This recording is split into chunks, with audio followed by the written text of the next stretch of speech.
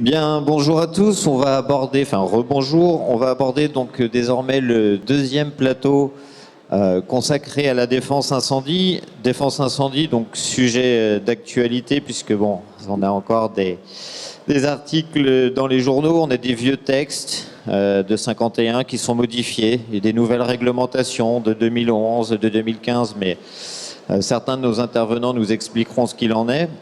Donc nouvelle réglementation, qui dit nouvelle réglementation dit inconnu pour certains, inconnu donc crainte. Donc le rôle des différents intervenants aujourd'hui va être de présenter quelle est la nouvelle réglementation, comment l'aborder et concrètement pour les élus, qu'est-ce que ça va changer dans leur quotidien, quelles seront leurs obligations, nouvelles ou pas, comment les aider à assumer ces obligations, etc.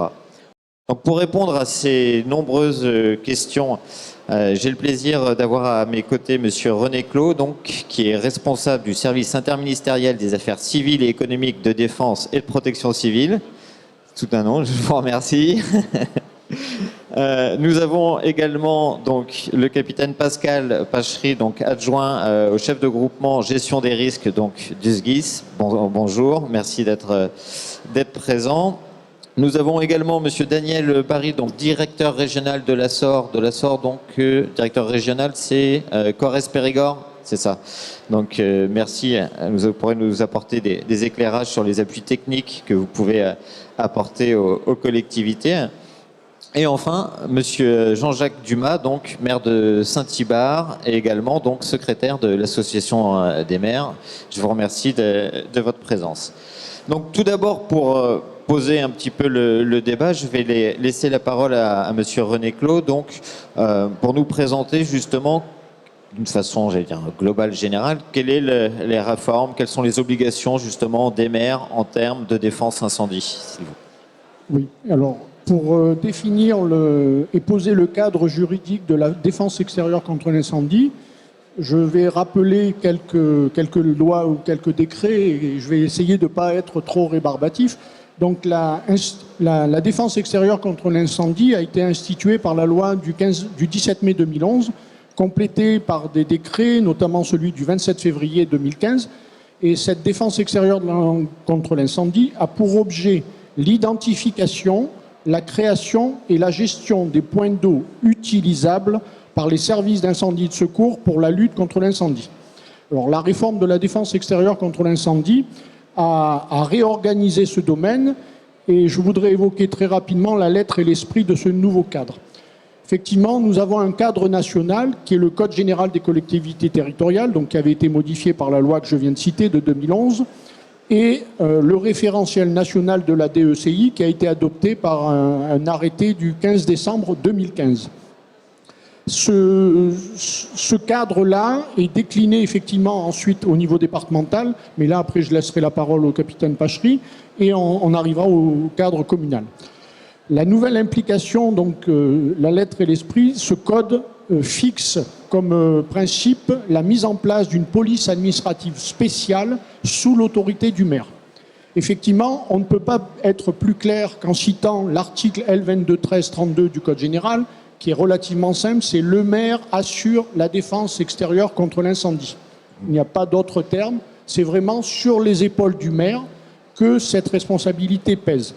En confiant la DECI au premier magistrat de la commune, la loi a confirmé, si besoin était, l'une des constantes de la politique menée par les pouvoirs publics depuis un certain nombre de décennies, qui tient à la préservation entre les mains du seul maire des pouvoirs de police générale et spéciale qui concourent à la prévention et au traitement des risques naturels et techniques susceptibles d'affecter la sécurité des personnes et des biens.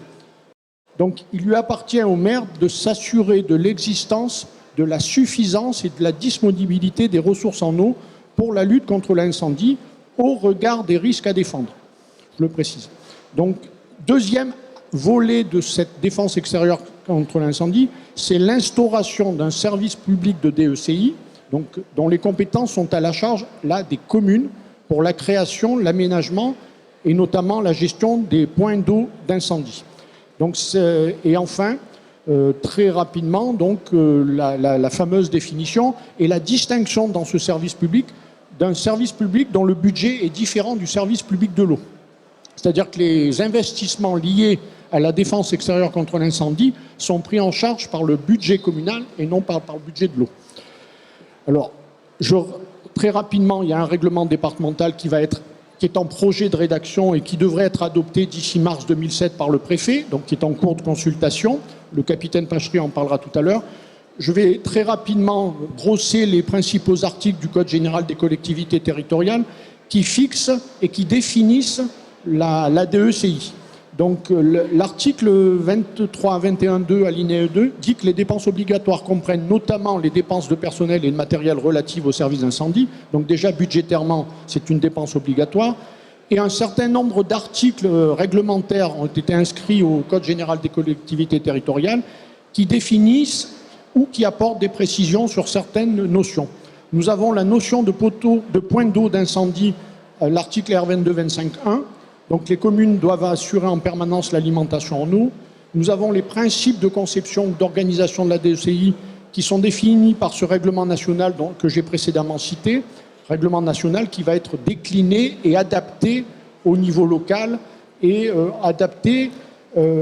qui vise à l'adéquation de la défense extérieure contre l'incendie avec le risque à couvrir. On a changé complètement de paradigme. On doit maintenant adapter le règlement aux circonstances locales et aux capacités locales. On n'est plus, à des mesures ou des volumes, des débits imposés. Ce règlement qui est en train de s'écrire va s'adapter au contexte local et aux risques à couvrir.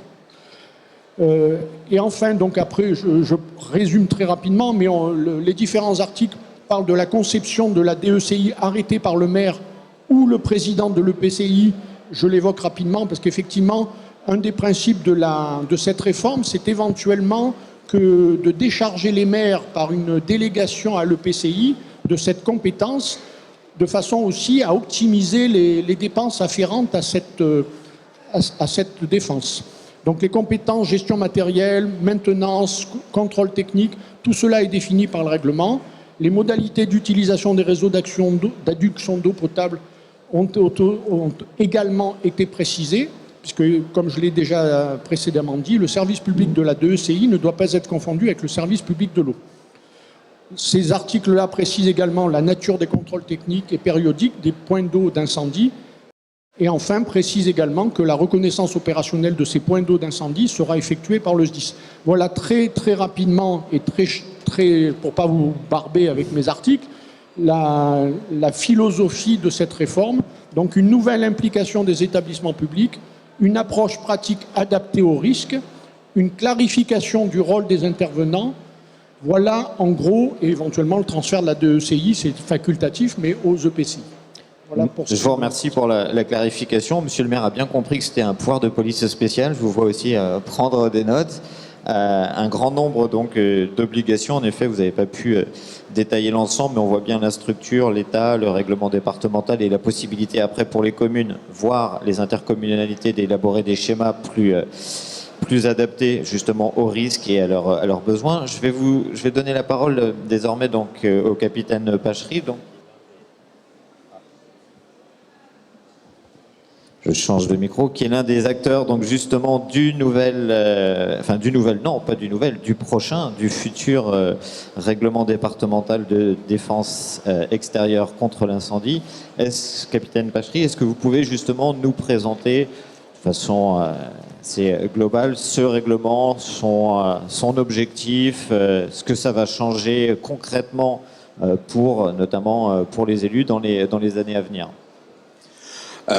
Oui, concrètement, le futur règlement de défense extérieure contre l'incendie, qui reste aujourd'hui encore à l'état de projet, puisqu'on est aussi sur un échange, sur une concertation du contenu, avec un objectif clair, c'est de fédérer l'ensemble des partenaires autour de ce document. J'oserais dire que c'est une petite révolution en termes de défense incendie, pour la bonne et simple raison, c'est que aujourd'hui on va travailler autour de l'existant, on va avoir une approche rationnelle, une analyse de risque, la mise en valeur des ressources existantes, Et tout ça est codifié ou normé dans ce futur règlement pour permettre, en termes d'objectifs, de maintenir, d'identifier des ressources qui sont aujourd'hui existantes, qu'on pourrait mettre en valeur, qui précédemment n'étaient pas retenues pour des raisons de volume ou de distance.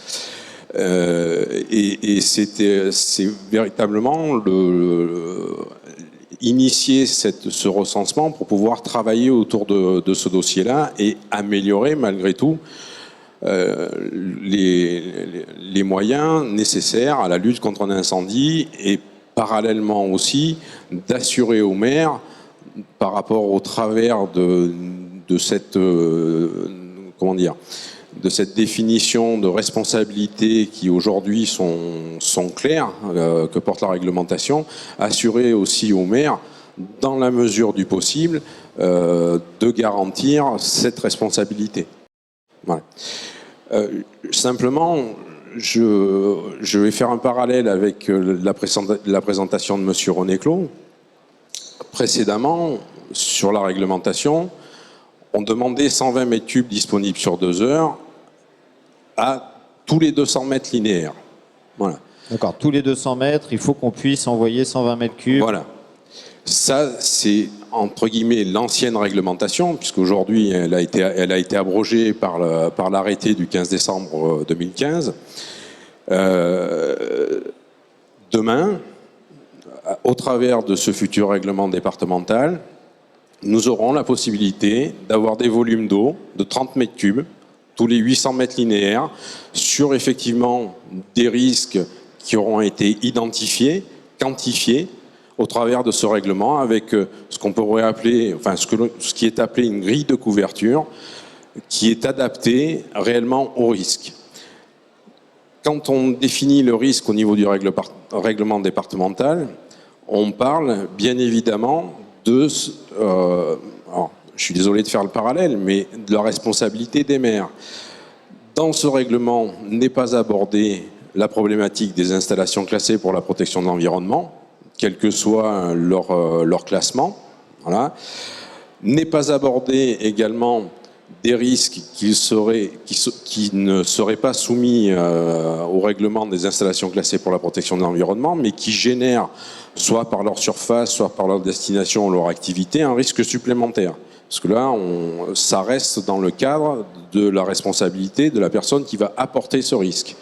Donc, ce règlement départemental de défense incendie concerne ce que on appelle, entre guillemets, dans notre jargon, le risque courant. Voilà. Et de la même manière que précédemment, on n'avait qu'un seul risque courant, demain, on aura un risque courant faible, un risque courant ordinaire et un risque courant important qui, pour chacun, répondent à des qualités de volume, de distance. Voilà. Il y a aussi toute la partie de gestion de cette défense incendie sur une classification générique de ces moyens qui sont dénommés points d'eau incendie. Et dans ce terme, nous allons retrouver les poteaux et les bouches incendie. Nous allons retrouver les réserves d'eau artificielles. Nous allons retrouver aussi les ressources en eau naturelles. Voilà.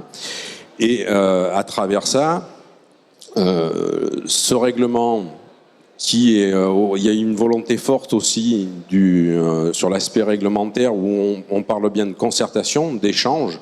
C'est ce que je disais tout à l'heure, c'est concrètement fédérer l'ensemble des acteurs autour de ce règlement. Et donc, nous avons travaillé avec l'association des maires depuis déjà quelques mois sur la rédaction de ce document.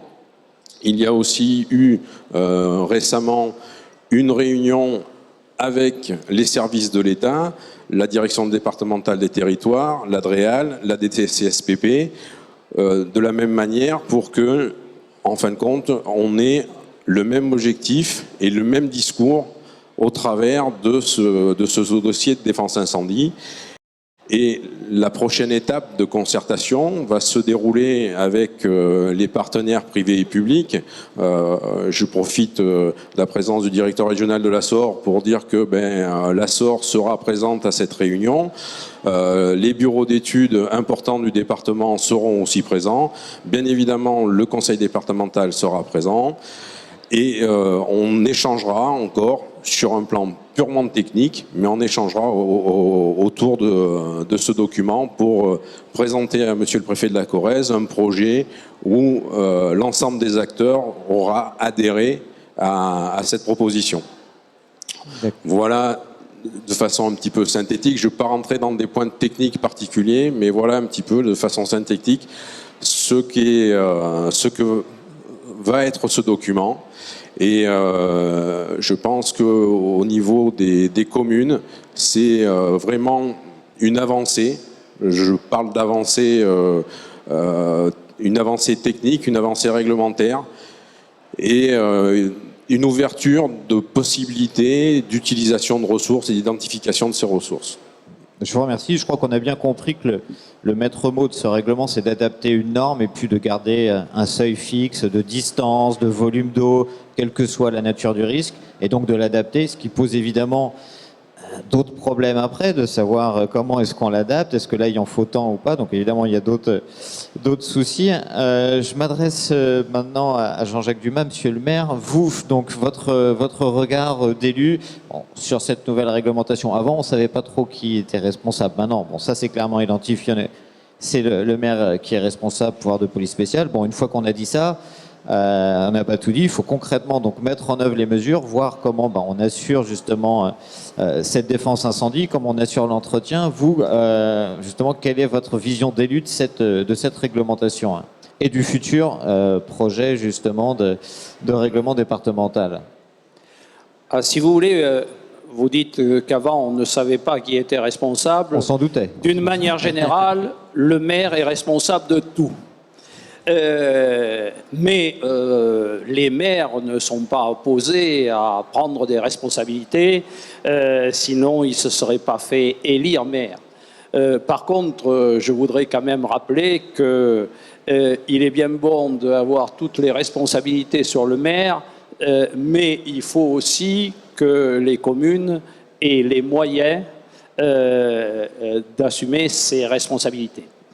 Alors, en ce qui concerne la défense extérieure contre l'incendie, c'est vrai que l'évolution est positive, puisqu'on est passé de débits qui, d'ailleurs, notamment en ce qui concerne les poteaux d'incendie, étaient rarement atteints en zone rurale, puisque pour avoir 120 mètres cubes en 2 heures, c'est-à-dire 60 mètres cubes à l'heure, beaucoup de poteaux d'incendie n'avaient pas ce débit dans les zones rurales. Donc c'est vrai que de passer pour un certain nombre de risques, pas pour tous les risques, mais de passer pour un certain nombre de risques à 30 mètres cubes à l'heure, ça change la donne. Et c'est plutôt favorable pour les territoires ruraux. Maintenant, il y a quand même dans notre Corrèze, qui a un habitat très dispersé, il y a les problèmes de distance. Et le capitaine Pachery a parlé de 800 mètres, mais je ne sais pas comment il a compté les 800 mètres, parce que dans le projet de règlement que j'ai eu à ma disposition, c'est plutôt 400 mètres. Et alors bien sûr, si on prend 400 mètres de chaque côté du poteau, ça fait 800 mètres. Mais ça, c'est un effet de langage. Au SDIS, il y a des officiers intelligents qui savent manipuler le verbe, mais pour moi, c'est 400 mètres. Et c'est justement notre difficulté, c'est que... mais c'est une difficulté générale pour les communes rurales. On ne distingue pas en matière réglementaire, pour quoi que ce soit, les agglomérations et les communes rurales à très faible densité de population. La réglementation est générale et d'ailleurs ceux qui travaillent à la réglementation dans les ministères, ils ne savent pas ce qu'est la ruralité puisque on atteint la 2e ou 3e génération. Maintenant, il n'y a plus de hauts fonctionnaires qui soient nés à la campagne. Donc, ils ne savent pas ce qu'est la campagne et il faudrait que la réglementation évolue à ce sujet. Et 400 mètres, c'est très difficile à atteindre dans le rural profond. Et je crois que, compte tenu, j'ai eu l'honneur et le plaisir de participer à une commission chez les sapeurs-pompiers. J'ai pu voir le matériel qu'il y avait chez les sapeurs-pompiers, en particulier tous les camions équipés de citernes pour transporter de l'eau. Et je pense qu'il faudra qu'on arrive à obtenir une distance supérieure à 400 mètres, parce que dans le rural profond, c'est très difficile à obtenir. Voilà ce que je voulais dire pour cette évolution de la réglementation. Alors maintenant, il y a le fait du contrôle des poteaux d'incendie, où jusqu'à présent, les sapeurs-pompiers assuraient gratuitement pour les collectivités ce contrôle. Ce ne sera plus le cas. Je crois que ce n'est pas le plus, même si nous ne sommes pas contents de payer des intervenants extérieurs, ce n'est peut-être pas le plus grave, d'autant plus que déjà les grosses collectivités faisaient appel à des intervenants extérieurs pour contrôler leurs bouches à incendie. L'association des maires à ce sujet est en train de discuter avec des partenaires privés, en particulier avec la SOR qui est ici à mes côtés, et je pense que nous arriverons à proposer, bien que les négociations ne soient pas terminées, nous arriverons à proposer aux communes un contrôle qui doit avoir lieu, si mes souvenirs sont exacts, mon capitaine, tous les 3 ans, c'est ça ? Donc, tous les 3 ans, au tarif approximatif de 40 € hors taxe par poteau d'incendie.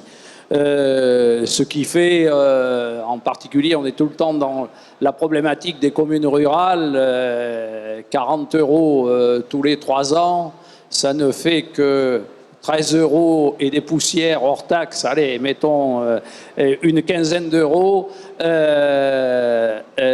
par poteau, par an. C'est, à mon avis, on ne peut pas être contre tout, et même si les pompiers se déchargent un peu d'un coup sur les communes, on ne peut pas être contre cela.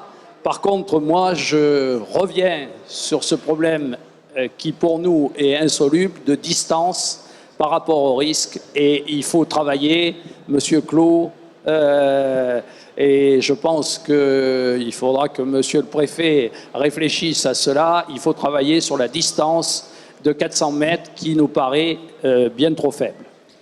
Capitaine Pachery, je vois que vous vouliez réagir. Réagir, c'est un grand mot. Peut-être apporter un petit complément d'information par rapport aux propos de Monsieur le maire. Oui, effectivement, c'est pas une tournure de verbe, Monsieur le maire. Un point d'eau, sa couverture est bien 800 mètres de part et d'autre. Je pourrais même ajouter quelque chose, c'est que si on le place stratégiquement à un carrefour, je peux même annoncer une couverture de 1600 mètres. Voilà. Donc bon, mais malgré tout, par rapport à ce que je disais tout à l'heure, si je prends une réglementation basique, enfin la précédente réglementation basique, on a multiplié par 4 la couverture d'un point d'eau incendie. On est passé de 100 mètres à 400 mètres. Voilà. Donc après, j'entends tout à fait cette problématique au niveau rural qui effectivement pose un problème. Voilà. Mais voilà, il y a quand même, on a quand même un facteur 4 qui peut permettre aujourd'hui, avec ces réductions de volume, de pouvoir assurer une meilleure couverture déjà par rapport avec l'existant, les ressources existantes. Voilà. Je trouve que ça reste malgré tout une avancée, au moins sur ce point-là. Pour ce qui est des contrôles, là aussi un petit comparatif très simple. Le risque, les points d'eau incendie, précédemment, réglementairement, si on avait dû appliquer la règle, c'était un contrôle tous les trimestres. Trimestre, vous avez dit? Tous les trimestres, tous les 3 mois. Tous les 3 mois.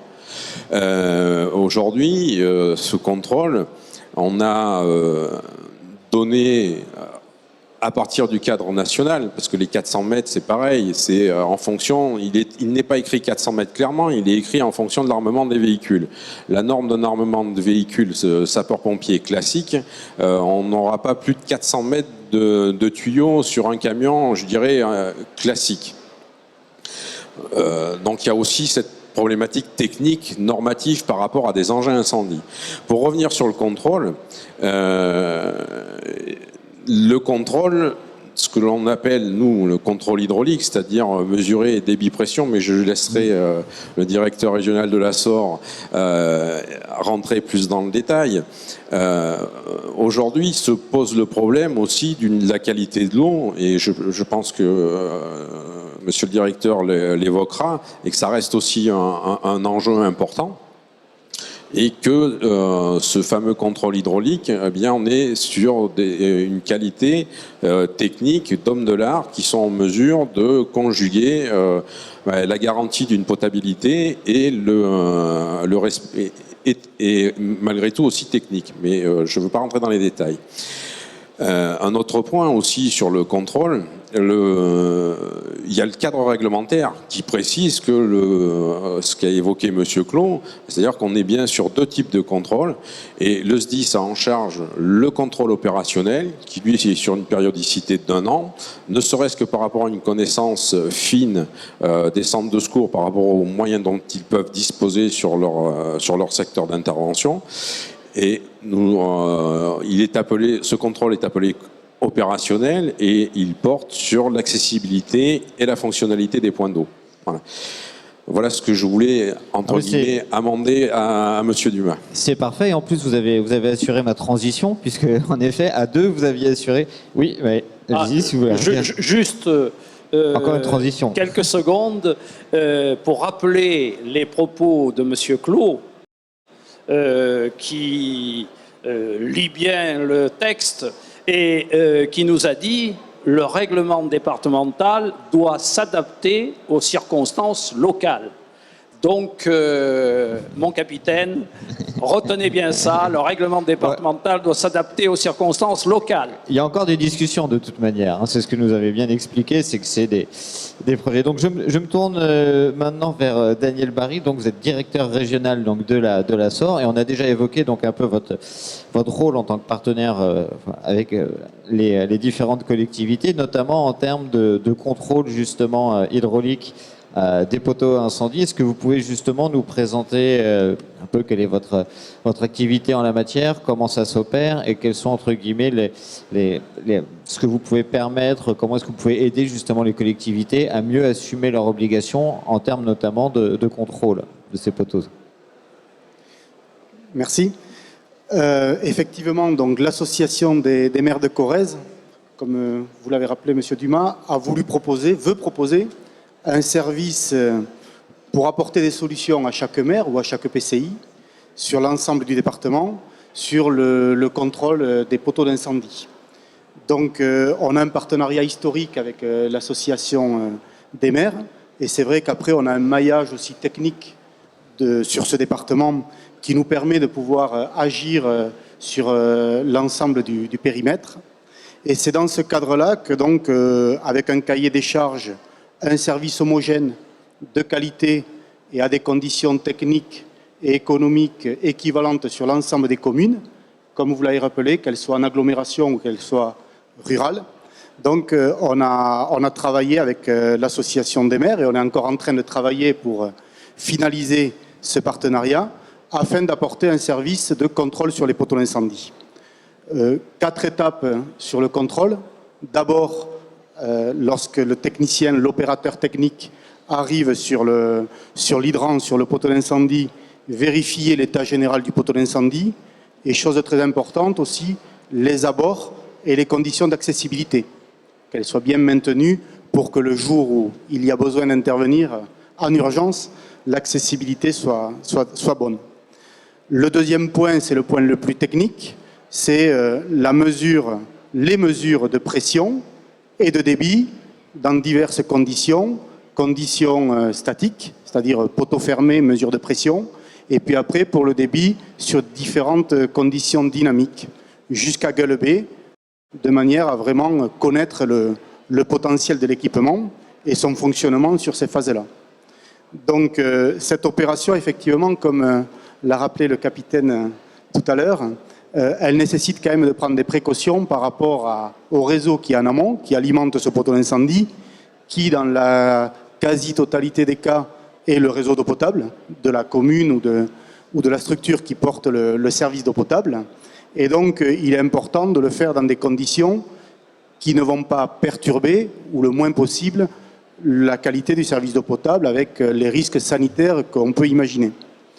Donc, la troisième phase après, une fois qu'on a refermé donc, notre poteau, c'est de bien vérifier l'étanchéité complète de l'appareil et puis la vérification du bon fonctionnement de la purge, parce que l'hiver, avec le gel, si le poteau d'incendie ne se purge pas correctement, et vous avez d'ailleurs sur le stand SOR un poteau d'incendie en entier et on voit la partie souterraine, si ce poteau d'incendie ne se purge pas, il y a risque de gel et donc de dégradation du poteau qui ne fonctionnera pas le jour où on en aura besoin.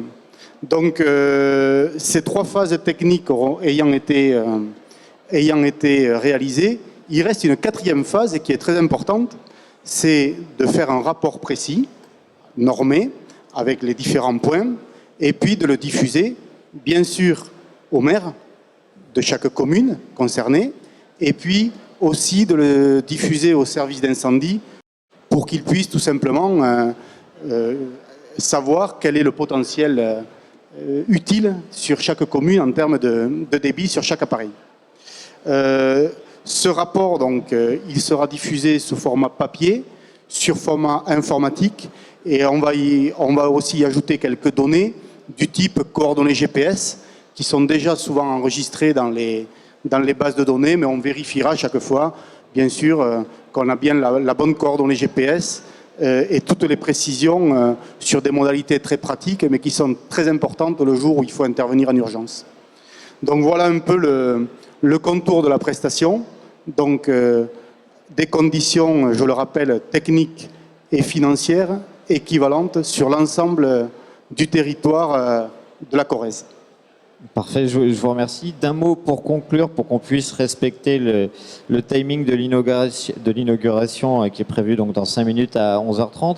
Est-ce que quelqu'un voudrait rajouter un mot sur justement les programmes communaux susceptibles d'exister en matière de défense incendie? On avait... Dire un mot, effectivement. Donc, ce que je peux préciser par rapport à la prestation, c'est que toute la partie administrative et financière de la facturation est gérée par l'association. D'accord. Sur effectivement un autre volet effectivement de l'évolution de la réglementation, les communes aujourd'hui peuvent engager des schémas pour imaginer effectivement un dispositif de défense externe contre l'incendie sur l'ensemble du territoire de leur commune.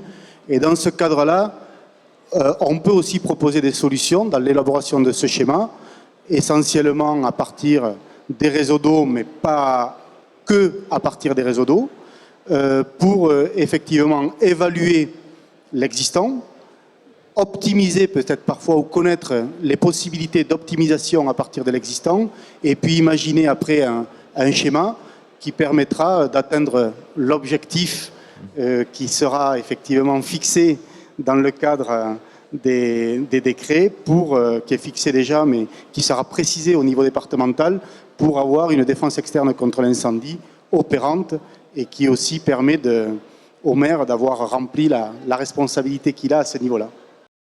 Parfait. Je vous remercie. Vous voulez rajouter un mot, monsieur le maire? Oui, je ne voudrais pas casser le travail de l'Assor, mais je pense qu'en ce qui concerne les schémas pour les petites communes, parce que sur les 285 communes corréziennes, l'essentiel sont des communes rurales, nous n'avons pas dans les petites communes la possibilité de financer des coûts d'études importants pour réaliser ces schémas.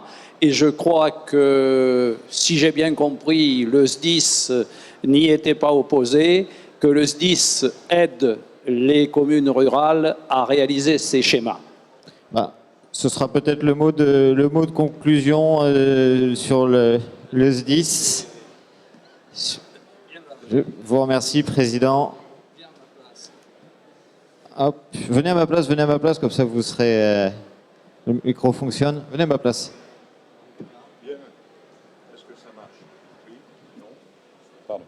Oui, merci aux gens qui ont débattu sur cette défense extérieure incendie. J'ai bien entendu tout ce qui a été dit.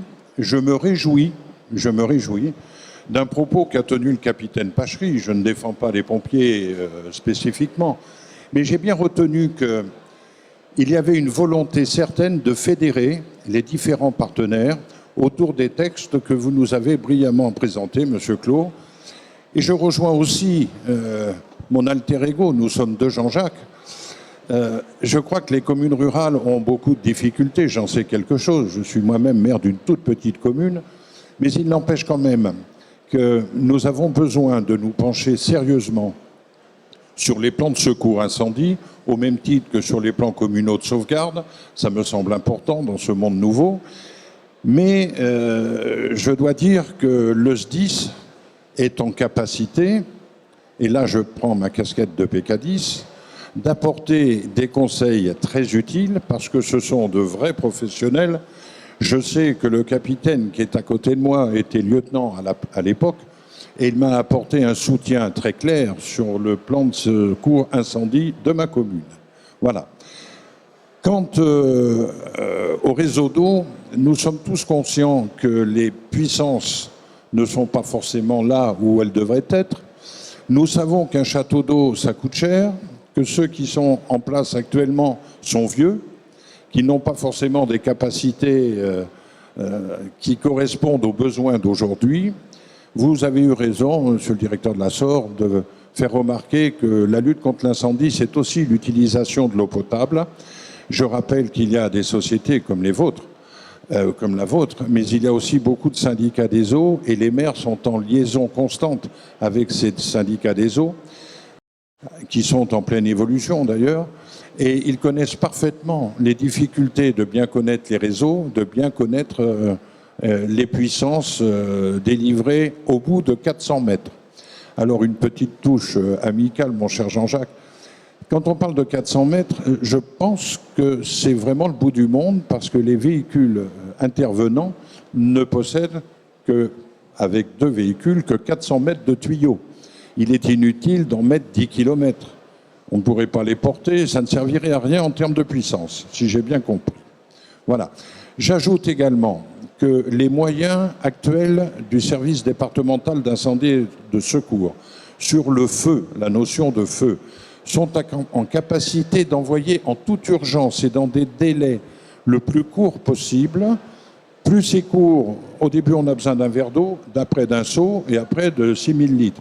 Nous avons des véhicules qui interviennent avec une réserve d'eau de 2000 à 6000 litres et nous avons des gros porteurs qui sont habilement répartis sur le département et qui vont jusqu'à 15 000 litres, je crois. 12 000. 12 000 litres. Donc sur les interventions, il y a des capacités réelles. Et puis il y a les méthodes. Alors je ne vais pas m'étaler là-dessus parce que je ne suis pas un professionnel, mais depuis quelques mois je découvre le fonctionnement et je fais un constat. C'est que la Corrèze, touchons du bois, a été épargnée par les feux de forêt cette année, alors que l'année était terriblement à risque, que les quelques feux qui ont démarré ont été maîtrisé très rapidement, qu'aucune victime n'est à déplorer lors d'un incendie et que lorsqu'il s'agit d'une maison d'habitation, eh bien, on essaye d'abord de sauver les personnes, ensuite on essaye d'éviter que le feu se propage. Enfin, pour les bâtiments agricoles, puisque nous parlons de départements ruraux, je crois qu'il est inutile de lutter contre un feu de paille. Il vaut mieux protéger les bâtiments qui sont autour. Tout ça, ce sont des techniques d'intervention, n'est-ce pas, capitaine? En tout cas, merci des échanges. Je vois que la communication est bien en place entre les différents partenaires. Je suis à la croisée des chemins entre nos partenaires institutionnels, l'État et le département, par voie de fait, l'association des maires, et bien évidemment avec tous les privés qui veulent bien se pencher sur le problème. En tout cas, merci aux intervenants. Votre exposé a dû rassurer l'ensemble des maires qui sont présents devant nous, et je les remercie d'être là, justement. J'en reconnais pas mal. Merci de votre présence, et nous restons à votre disposition pour tout complément d'information. Eh ben, il me reste pour conclure à vous remercier aussi, décidément que de remerciements aujourd'hui. Il y en avait déjà eu des doubles au plateau précédent.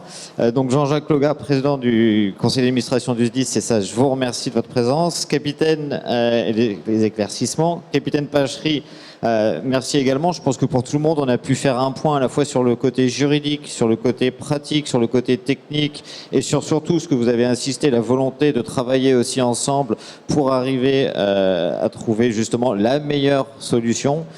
Parfois la moins mauvaise, mais en tout cas la meilleure solution, soyons ambitieux. René Clos, merci pour la présentation de cette réglementation qui, on l'a vu, est assez, assez touffue. Jean-Jacques Dumas, donc, monsieur le maire, merci de votre présence. Et enfin pour la SOR, Daniel Barry, merci. Et puis bon, bonne continuation à vous tous. Je vous remercie, je crois qu'on peut les applaudir. À une prochaine fois.